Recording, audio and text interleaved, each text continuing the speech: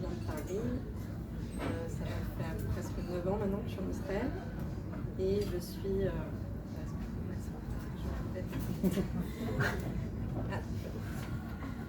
donc ça va faire 9 ans que je suis en Israël et je suis... Tu peux monter parce qu'il y a de la musique derrière nous. Ah, ok, pardon. Et je suis... Tu m'entends là? Ouais, on dirait que tu vas te faire un concert de rock. Après, je fais un concert. Et je suis thérapeute en réflexologie et en detailing. Je vais vous expliquer ce que c'est parce que là... Tu les as perdus là. Voilà. À la base, j'étais aux Arts Déco, je ne sais pas si vous connaissez à Paris. J'étudiais le montage et la photographie, le montage vidéo. Et en fait, j'étais plutôt heureuse dans mes études. Depuis que je suis petite, je savais que je voulais faire de l'art, que j'adorais ça. Et en fait, pendant mes études, il y avait quelque chose en fait d'un peu trop technique. Et je pense que moi, je suis un peu quelqu'un qui a besoin de beaucoup de liberté. Et le cadre m'étouffait un petit peu. Et je sentais qu'il y avait quelque chose de plus grand qui m'appelait, mais j'arrivais pas trop à savoir ce que c'était. Et c'est un peu bizarre de dire ça, mais un jour, j'ai commencé à prendre la décision qu'il fallait que je m'écoute. Donc ça paraît très simple de dire ça. Mais en fait, à partir de ce moment-là, j'ai commencé à être beaucoup plus à l'écoute de un peu ce que Olivia disait, sa petite voix intérieure, un petit peu les signes dans la vie. Et voilà, c'est une intervention un peu perchée. Je tiens à vous venir. On est là pour ça. Voilà. Et à partir du moment où j'ai décidé vraiment de m'écouter, j'ai eu des choses un peu bizarres dans ma vie, comme des rêves prémonitoires sur les gens, des intuitions très fortes, des visions. Donc voilà. Et j'ai décidé vraiment d'aller dans ce sens-là, en fait, de vraiment écouter ce qu'il y a au fond de moi. J'ai fait un échange à Bezalel en Israël pendant mes études, parce qu'en fait je savais déjà que j'avais envie de vivre en Israël. Et bon, je continuais à travailler dans la photo, la vidéo, dans l'art, mais je sentais j'avais envie de faire des choses liées aux soins en fait, mais je ne savais pas quoi du tout. C'était très vague. Tout ce que je savais, c'est que je sentais beaucoup d'énergie dans mes mains, de la chaleur et toutes ces intuitions-là qui me submergeaient un petit peu, mais j'en savais pas plus. Et j'ai décidé de faire mon alia. Donc ça, c'était une décision que j'avais prise quand j'avais 7 ans. Et donc, je savais que la médecine complémentaire et le soin en Israël, c'est quelque chose de beaucoup plus accepté en fait dans la société israélienne parce qu'il y a la coupatolie, c'est remboursé. En France, je ne savais pas trop où étudier ça. Et je m'étais dit déjà, je sais que je veux vivre en Israël, donc je vais commencer ce parcours-là en Israël. Donc j'ai fait l'Alia, tout en sachant que je voulais explorer ce domaine-là. J'ai quand même travaillé dans la vidéo quelques mois parce qu'il fallait bien que je travaille. On m'a proposé un travail de monteuse très prenant et là j'ai dû décider entre avoir un bon salaire et une certaine stabilité ou me jeter à l'eau et faire confiance à mon intuition et me dire voilà, toutes les maisons, tu sais qu'il y a quelque chose de très fort qui est là, quelque chose de plus grand qui t'appelle, donc vas-y et fais-toi confiance et ça ira. Du coup j'ai décliné la proposition. Je me suis mise en freelance, j'ai travaillé en vidéo en freelance. J'ai été aussi serveuse à côté et j'ai commencé à aller voir toutes les écoles de médecine complémentaire. Et là, en fait, il y a une école en particulier qui m'a vraiment plu parce que par rapport à tous les directeurs qui, à chaque fois, me balançaient les brochures avec les prix et les cours, etc., là, je suis tombée sur une femme qui voulait juste savoir d'où je viens, qu'est-ce qui me plaît dans la médecine complémentaire, qui voulait vraiment me connaître en fait. Et j'ai senti que c'était cet endroit-là, que c'était là-bas que j'allais pouvoir m'épanouir et trouver ma voie. J'ai commencé par le massage parce que je ne savais pas trop quoi faire. Je lui ai dit voilà, c'est juste que je veux aider les gens, que je veux faire quelque chose avec mes mains, donc c'est très vague. Et elle m'a dit bah, essaye le massage. Et bon, c'était sympa, mais c'était pas vraiment ce que je recherchais. Il manquait quelque chose de plus de plus thérapeutique. Et déjà, moi, mes vidéos, en fait, c'était des sujets sur les traumatismes qu'on se transmet de génération en génération. C'était déjà des sujets assez sur l'émotion, etc. C'était, voilà. Donc il y avait déjà ce sujet-là. Et du coup, après j'ai essayé la réflexologie parce que beaucoup de gens m'ont dit que ça pourrait être bien pour moi. Comme ça rassemble beaucoup de choses, la médecine chinoise, en fait, on part du principe que les organes dans le corps sont reliés aux émotions. Et moi, je cherchais en fait ça, c'est-à-dire quelque chose qui va pas juste traiter la douleur, mais aussi l'émotion, et comprendre que les symptômes qu'on a, en fait, notre corps parle parce qu'on a des émotions bloquées ou des choses qu'on n'a pas équilibrées. Et la réflexologie, c'est ça en fait. Donc là, je vous explique ce que c'est que la réflexologie. En fait, sur les mains et la plante des pieds, on a des points, un peu comme en acupuncture, qui sont reliés aux organes. Et par des pressions et des massages, on peut rééquilibrer plein de choses dans le corps. Et donc aujourd'hui, moi, je m'occupe principalement...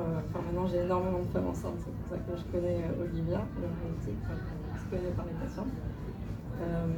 Mais voilà, je traite aussi des personnes qui ont des cancers, des gens qui ont des maladies auto-immunes. Je travaille aussi sur les bébés.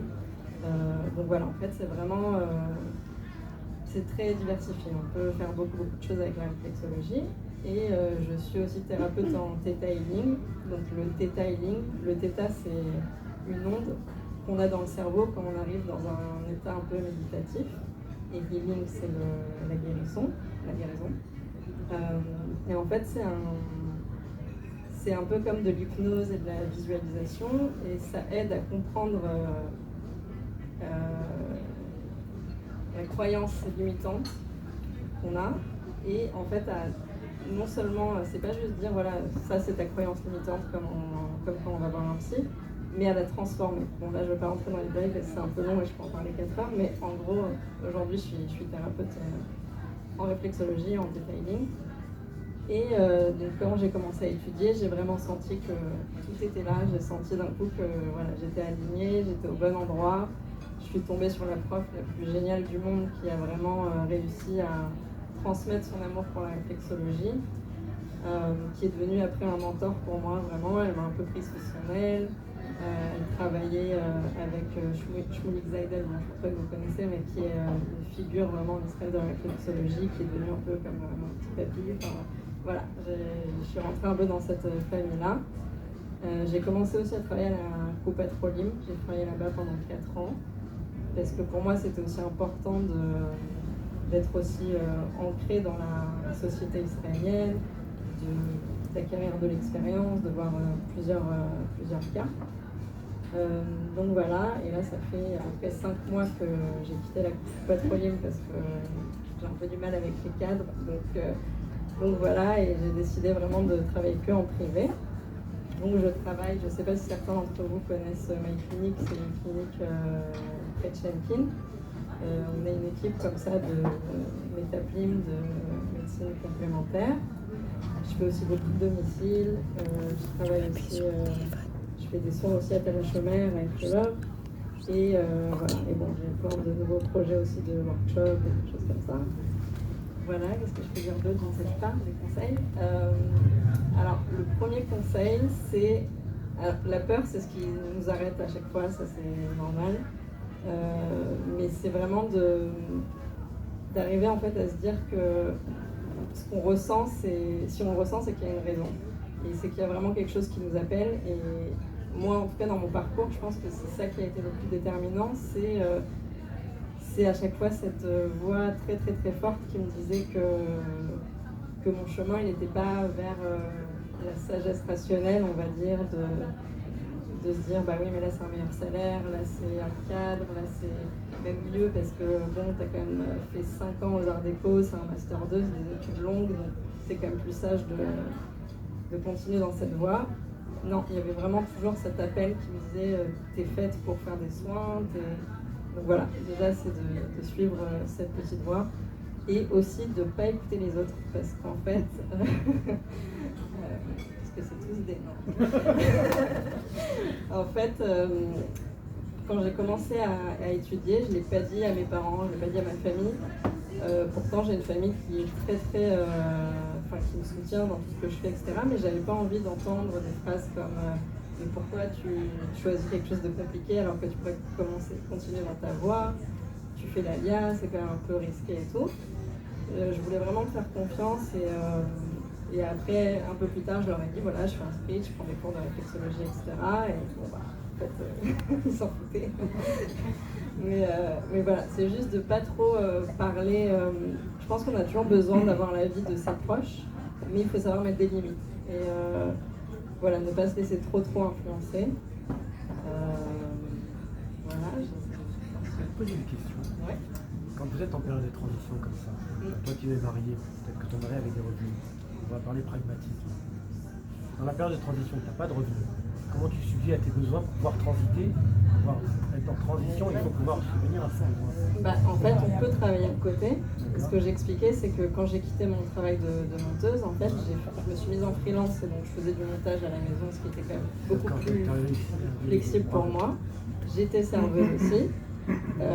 Et ça, c'était la période où je cherchais les écoles. Une fois que j'ai commencé à étudier, mes études, c'était pas non plus de 9h du matin à 8h du soir. Donc on peut s'arranger. Et puis en Israël aussi, c'est quand même plus flexible qu'en France. C'est-à-dire qu'en réflexologie, il faut étudier l'anatomie, la pathologie, pharmacologie, la réflexologie, première année, deuxième année, troisième année, enfin bref. Mais on peut étaler ça en fait. Donc on n'est pas obligé de faire tout d'un coup. Donc du coup, je me suis toujours arrangée pour travailler à côté dans une galerie, pour continuer un peu le montage, voilà. Donc c'est faisable et je rejoins vraiment Olivia aussi sur le fait qu'en Israël, c'est un peu le rêve américain, enfin je sais pas, tout est possible, on sent qu'il y a quelque chose d'ouvert et je suis aussi assez d'accord sur le fait que les Israéliens nous donnent vraiment notre chance. C'est beaucoup moins rigide qu'en France, où en France il faut avoir ça et ça sur son CV, il faut avoir tant d'années d'expérience. Moi je sais qu'on m'a proposé d'être assistante pour un groupe en fait de traduire ce que le prof disait en hébreu pour le français alors que franchement je parlais super mal hébreu encore et je lui ai dit franchement je parle pas très bien, il m'a dit non c'est bon et tout. Donc au lieu de faire nos petits français, de se dire non mais quand même il se rend pas compte que je parle pas bien, il faut aussi se dire bon il me fait confiance, tant pis ou tant mieux pour lui et voilà. Bravo.